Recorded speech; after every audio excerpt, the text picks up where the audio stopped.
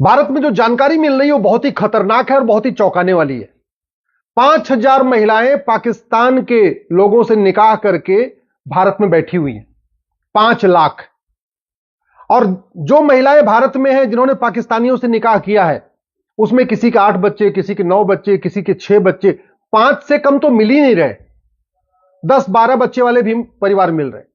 अगर एवरेज 5 बच्चे मान के चलिए तो 5 लाख महिलाओं से लगभग 25 लाख बच्चे, जिसके फादर पाकिस्तानी हैं, वो 25 लाख बच्चे भारत में रह रहे हैं। और वो बच्चे कोई छोटे भी नहीं, वो बड़े हो चुके हैं, उनका शादी विवाह भी हो चुका है। तो यानी 5 लाख महिलाओं ने पाकिस्तानियों से शादी किया, उनके ऑन एन एवरेज लगभग 25 लाख बच्चे पैदा हुए। वो मां भी, वो दादी भी बन गई हैं, वो नानी भी बन गई हैं और वो अम्मा भी बन रही हैं। तो लगभग 25 लाख नाती और पोते। यह बहुत ही बड़ी खतरे की घंटी है। सवाल यह है, ऐसी घटनाएं अरब, दुबई, कुवैत, बहरीन में क्यों नहीं होती हैं? कभी आपने सुना कि अरब, दुबई, कुवैत, बहरीन की कोई महिला भारत में आके किसी से शादी की हो, निकाह की हो और वहां की नागरिकता उसने ले रखी हो? कभी आपने सुना कि अमेरिका या सिंगापुर या जापान या चीन के किसी महिला ने भारत में आके शादी किया हो और वहां की नागरिकता ले रखी हो? नहीं सुना होगा। लेकिन भारत में ऐसा हुआ है। 5 लाख महिलाएं, उनके 25 लाख बच्चे, उनके लगभग 25 लाख नाती पोते। यह सिचुएशन आज की है। और ये क्यों हुआ है? क्योंकि हमारा फॉरेनर एक्ट 19, ये 46 चल रहा है। जो चल रहा था अब तो बदल गया है और यह सड़ा हुआ कानून था। घुसपैठ का भी मूल कारण था और इस समस्या का भी मूल कारण यही था। यह कानून अभी बदला गया है। इमिग्रेशन एक्ट आ गया है, ये 2025 में भी आया, इसी संसद सत्र में आया। लेकिन यह भी नए बोतल में पुरानी शराब जैसा है। इसमें भी वैसी कठोर सजा नहीं है जैसा सिंगापुर में है, जापान में है, अमेरिका में है, रूस में है, चीन में है। वैसा इसमें भी खतरनाक नहीं है। आखिर भारत में इतनी अराजकता का मूल कारण क्या है? मूल कारण यह है कि हम भगवान श्री राम की पूजा तो करते हैं, लेकिन राम नीति लागू नहीं करते। भगवान श्री राम ने कहा था, भय बिन होए न प्रीत। हम भगवान कृष्ण की पूजा करते हैं लेकिन कृष्ण नीति लागू नहीं करते। भगवान कृष्ण ने कहा था, सठे साठ्यम समाचरित। हमारे पूर्वज खुद ही कहते थे, लोहा लोहे को काटता है। लेकिन हमने लोहा लोहे को काटता है इस सिद्धांत के अनुसार नियम कानून नहीं बनाया। नतीजा यह हुआ कि 5 लाख महिलाओं ने पाकिस्तानियों से शादी करके लगभग 25 लाख बच्चे पैदा कर दिए और उनके लगभग 25 लाख नाती पोते भी हो चुके। अब समाधान क्या है? समाधान वही जो हमारे पूर्वज करते थे, भगवान श्री राम और श्री कृष्ण कहते थे। सबसे पहले इस नई भारतीय न्याय संहिता को बदलना पड़ेगा। इसमें 4-5 नए चैप्टर जोड़ना पड़ेगा। एक चैप्टर जोड़ना पड़ेगा ऑफेंस रिलेटिंग टू इन्फिल्ट्रेशन, घुसपैठ से संबंधित अपराध। एक चैप्टर जोड़ना पड़ेगा offence relating to illegal immigration, कि अगर आप भारत में अवैध रूप से रह रहे हैं। एक चैप्टर इसमें जोड़ना पड़ेगा offence relating to cheating, fraud, forgery.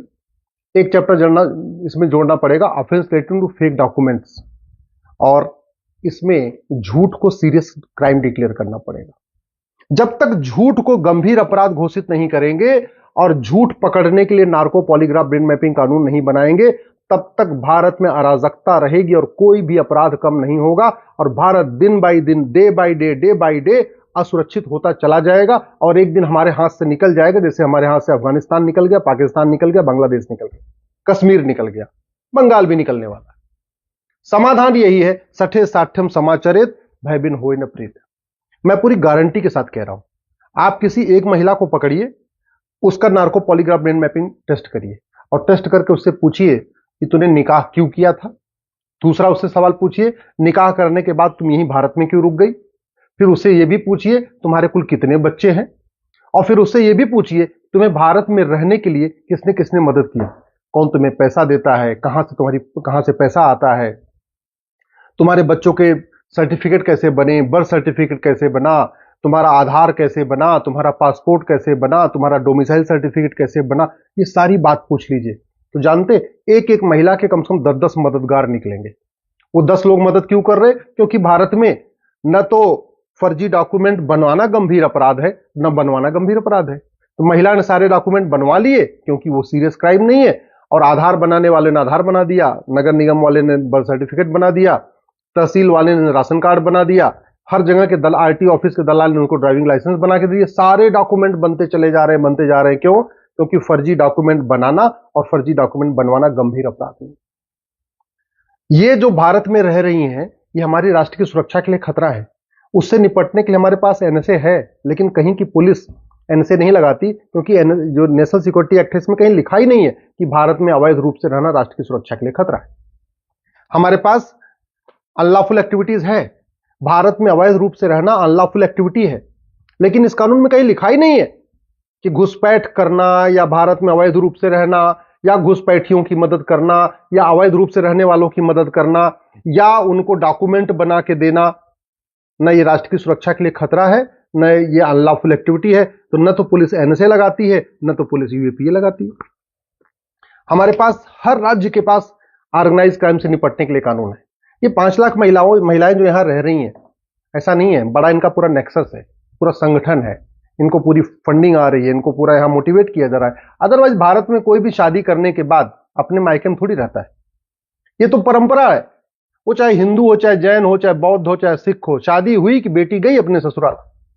सवाल यह है कि ये शादी कर रही थी पाकिस्तान में, तो भारत में रह क्यों रही? क्या था इनका मोटिव? क्यों इन्होंने पाकिस्तान की नागरिकता नहीं लिया और भारत की नागरिकता पकड़ के बैठी रही? ये तो तभी पता चलेगा जब narco polygraph brain mapping test हो। लेकिन मैं पूरी जिम्मेदारी के साथ कह रहा हूं, ये एक ऑर्गेनाइज वेल प्लान्ड क्राइम है, और ऑर्गेनाइज क्राइम से निपटने के लिए हर राज्य के पास कानून है। महाराष्ट्र के पास मकोका है, गुजरात के पास गुजकोका है, यूपी के पास गैंगस्टर एक्ट है, किसी के पास गुंडा एक्ट है, सबके पास अपना अपना कानून है। लेकिन पुलिस लगाती नहीं है, क्योंकि कानून में लिखा ही नहीं है कि भारत में अवैध रूप से रहना ये ऑर्गेनाइज क्राइम है। इवन जो ये नई भारतीय न्याय संहिता बनी है, इसमें एक प्रोविजन है वेजिंग वॉर।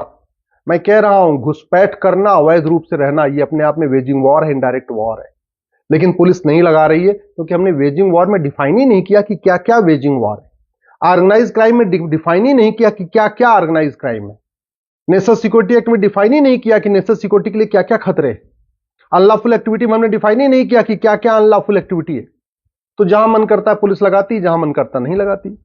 और पुलिस इसलिए अपने उस पर चल रही है क्योंकि 1861 का पुलिस एक्ट चल रहा है। अब इस 1861 के पुलिस एक्ट के कारण पुलिस सत्ता के गुलाम है। पहले अंग्रेजों की गुलाम थी, अब सत्ता के गुलाम है।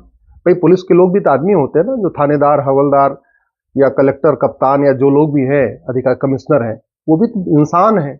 उनको नौकरी करनी है, उनको अपने बच्चे पालना है।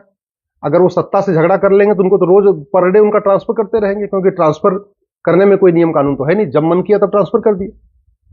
तो अगर हम भारत को सुरक्षित बनाना चाहते हैं, ऐसी चीजों से रुकना चाहते हैं, तो one nation one police code लागू करना पड़ेगा, पुलिस चार्टर लागू करना पड़ेगा। अब आप सोचिए कितनी भारत में अवैध गतिविधियां हो रही हैं, लेकिन अवैध गतिविधियां करने वाले और उनके मददगारों के आज तक किसी की नागरिकता खत्म ही नहीं हुई। आप बताइए, किसी आतंकवादी की नागरिकता गई, किसी जासूस की नागरिकता गई, किसी गद्दार की नागरिकता गई, किसी घुसपैठिए की मदद करने वाले की नागरिकता गई, किसी धर्मांतरण कराने वाले की मदद की नागरिकता गई, किसी ड्रग स्मगलर की नागरिकता गई, किसी मानव तस्करी करने वाले की किसी की नागरिकता गई नहीं। क्यों? ये कानून सड़ा हुआ है। इसलिए मैं कहता हूं ये जो सिटीजनशिप एक्ट है, इसको बदलना पड़ेगा, एक नया कानून बनाना पड़ेगा। नागरिकता देने और नागरिकता लेने के लिए फिर से एक नई टर्म्स कंडीशन बनाना पड़ेगा। ये जितने अवैध काम हो रहे हैं, जो महिलाएं यहां रह रही हैं, पक्का इनको फंडिंग आ रही होगी। और फंडिंग का सबसे बड़ा पैटर्न क्या है? नकली दवाओं के कारोबार से जो पैसा आता है उससे फंडिंग होती है, और जो ड्रग का कारोबार चलता है उससे फंडिंग आती है। ये क्यों चल रहा है? ये 1940 का बना हुआ ड्रग एक्ट महा सड़ा हुआ है, महा घटिया, इसलिए नकली दवाओं का कारोबार चल रहा है। ये एनडीपीएस एक्ट भी महा सड़ा हुआ है, महा घटिया, इसलिए ड्रग स्मगलिंग भी चल रही है। दुनिया के कई देशों में नकली दवा का कारोबार करना और ड्रग स्मगलिंग करना, इसमें फांसी होती है। सिंगापुर में तो कई लोगों को फांसी दे दिया, फांसी दी जाती है, 100% प्रॉपर्टी जब्त की जाती है, नागरिकता खत्म की जाती है। हमारे यहां ऐसा कोई प्रावधान ही नहीं। ये कांग्रेस ने 2010 में एफसीआरए कानून बनाया था। जानते हैं क्यों बनाया था? भारत में अवैध कार्य करने वालों को फंडिंग कराने के लिए। नक्सलियों को, माओवादियों को, जिहादियों को, मिशनरियों को, आतंकवादियों को, अलगाववादियों को, सबको फंडिंग चलती रहे। जो देश विरोधी लेखक हैं, बुद्धिजीवी हैं, पत्रकार हैं, कलमकार हैं, यूट्यूबर हैं, जो देश विरोधी काम करने वाले, सबको फंडिंग चलती रहे, उनके एनजीओज को फंडिंग होती रहे, उसके लिए एफसीआरए कानून बना था। ये जब तक खत्म नहीं होगा तब तक विदेशी फंडिंग नहीं बंद होगी। फंडिंग नहीं बंद होगी तो अवैध काम नहीं बंद होगा। क्योंकि कोई भी काम जो भारत में लोग रहते हैं वो निस्वार्थ भाव से नहीं करते, पैसे के लिए करते हैं। वो पैसे के लिए जासूसों की मदद करते हैं, पैसों के लिए गद्दारों की मदद करते हैं, पैसे के लिए घुसपैठियों की मदद करते हैं, पैसे के लिए मिशनरियों की मदद करते हैं। तो जब तक फंडिंग नहीं बंद होगी तब तक ये देश विरोधी काम नहीं बंद होंगे। जब तक काला धन पैदा हो रहा है ना, तब तक काला कारोबार नहीं बंद होगा। जितने भी अवैध काम होते हैं सबकी फंडिंग काले धन से होती है, और काला धन जनरेट हो रहा है, जबरदस्त जनरेट हो रहा है। आप बीच में देखते रहे होंगे 500-500 की नोट पकड़ी जाती है, बोरे के बोरे पकड़ी जाती है। अभी जज साहब के यहाँ 500 रुपए के बोरे पकड़े गए थे। कितने नेताओं के यहाँ 500-500 के बोरे पकड़े जाते हैं। आम जनता को 500 रुपए के नोट की जरूरत नहीं। आम जनता तो 100 रुपए बहुत पर्याप्त है। 100 रुपए से ज्यादा कोई पर डे खर्च करता नहीं। 80% लोग पर डे 100 रुपए से कम खर्च करते हैं। उनको बड़ी नोट की जरूरत ही नहीं। जो बड़े हैं उनके पास एटीएम, पेटीएम, भीम, यूपीआई, डेबिट कार्ड है, फिर भी 500 की नोट चल रही है। 100 रुपए से बड़ी नोट बंद कर दिया जाए और इस कानून को बदल दिया जाए, काला धन रुक जाएगा, काला धन, काला कारोबार रुक जाएगा। तो ये जो अवैध काम हो रहा है, जो अवैध रूप से रह रहे हैं, जो घुसपैठ होती है, धर्मांतरण होता है, ये सारे काम रुक जाएंगे। बेनामी लेन देन जब तक नहीं रुकेगा तब तक अवैध काम चलता रहेगा। और बेनामी लेन देन रोकने का एक ही तरीका है, संपत्ति को आधार से लिंक कर दिया जाए और यूनिक आइडेंटिटी जो आधार नंबर है इसको कॉमन कर दिया जाए। जो आधार नंबर है यही ड्राइविंग लाइसेंस का नंबर हो, यही पासपोर्ट का नंबर हो, यही आपके सारे डॉक्यूमेंट का नंबर आधार हो। जब कोई आप कार खरीदो, बाइक खरीदो, मोबाइल खरीदो, कुछ भी सामान खरीदो, 10,000 रुपए से महंगा अगर सामान खरीद रहे हैं, वो आधार में लिंक होता चला जाएगा। बेनामी लेन देन रुक जाएगा। बेनामी लेन देन रुक जाएगा तो भारत में शांति आएगी, अराजकता बंद हो जाएगी। हवाला का कारोबार रोकना पड़ेगा। सारी फंडिंग, खाड़ी देशों की जितनी फंडिंग होती सब हवाला के जरिए आती है। जिहादियों की, मिसरियों की, धर्म मदरसा बनाने की, मस्जिद बनाने की, मजार बनाने की, दरगाह बनाने की जितनी फंडिंग आ रही है, अलगाववादियों की, आतंक, सारी फंडिंग हवाला के जरिए होती है। हवाला तभी रुकेगा जब 100 रुपए से बड़ी नोट बंद हो, 5,000 रुपए से महंगे सामान का कैश लेन देन बंद हो, प्रॉपर्टी को आधार से लिंक किया जाए। सबसे बड़ा मूल कारण है अवैध काम का, वो है भ्रष्टाचार। ये बचते हैं भ्रष्टाचार के जरिए। पुलिस की जांच गड़बड़ हो जाती है पैसे देके, जज साहब गलत फैसला दे देते हैं पैसे देके, गवाह तैयार हो जाते हैं पैसे के दम पे। तो जब तक ये करप्शन अब नहीं बंद होगा, और सबसे बड़ी बात ये कि जब तक भारत में झूठ बोलना गंभीर अपराध नहीं होगा, झूठ पकड़ने के लिए नार्को पॉलीग्राफ ब्रेन मैपिंग कानून नहीं बनेगा, झूठा हलफनामा दाखिल करना, झूठी गवाही देना, इसको गंभीर अपराध घोषित नहीं किया जाएगा। और झूठा डॉक्यूमेंट बनाना, झूठा Aadhaar, ration card, driving licence, voter ID, birth certificate, झूठा डॉक्यूमेंट बनाना और झूठा डॉक्यूमेंट बनवाना, इसको सीरियस क्राइम डिक्लेयर नहीं किया जाएगा। तब तक अवैध काम होता रहेगा। मैं गारंटी के साथ कहता हूं, जो 5 लाख महिलाएं रह रही हैं ना, इनके जो 25 लाख बच्चे हैं और 25 लाख इनके नाती पोते हैं, ये भारत छोड़ के भाग जाएंगे। केवल इतना काम करिए, ये जो इमिग्रेशन एक्ट है ना, जिसमें अधिकतम 3 साल की सजा है, इस कानून को बदलिए, ऑर्डिनेंस ले आइए, भारत में अवैध रूप से रहने को जघन्य अपराध घोषित करिए। भारत में अवैध रूप से रहने वालों की 100% संपत्ति जब्त करने, उनकी नागरिकता खत्म करने और उनको 10 से 20 साल की सजा देने के लिए कानून बनाइए। केवल अवैध रूप से रहने वालों नहीं, उनके मददगारों के लिए भी वही धारा, यानी जो भारत में अवैध रूप से रह रहे हैं, जो उनकी मदद कर रहे हैं, जो उनके मददगार हैं, उनकी भी 100% प्रॉपर्टी जब्त करने, नागरिकता खत्म करने और 10 से 20 साल की सजा के लिए कानून बनाइए। मैं गारंटी के साथ कहता हूं, जो बाप है ना, वो अपनी बेटी को खुद ही कहेगा, भाई तूने निकाह कर लिया, तू पाकिस्तान जा। भाई उसको भगा देगा, बोले तू जा मेरे घर में ना, नहीं मत रह, नहीं तेरे चक्कर में भी जेल में जाऊंगा, मैं भी सड़ जाऊंगा जेल में। परिवार वाले इनको खुद ही, जितने बच्चे उच्चे हैं सबको लेके इनको बॉर्डर क्रॉस करा देंगे, भारत में इनको पाकिस्तान पहुंचा देंगे।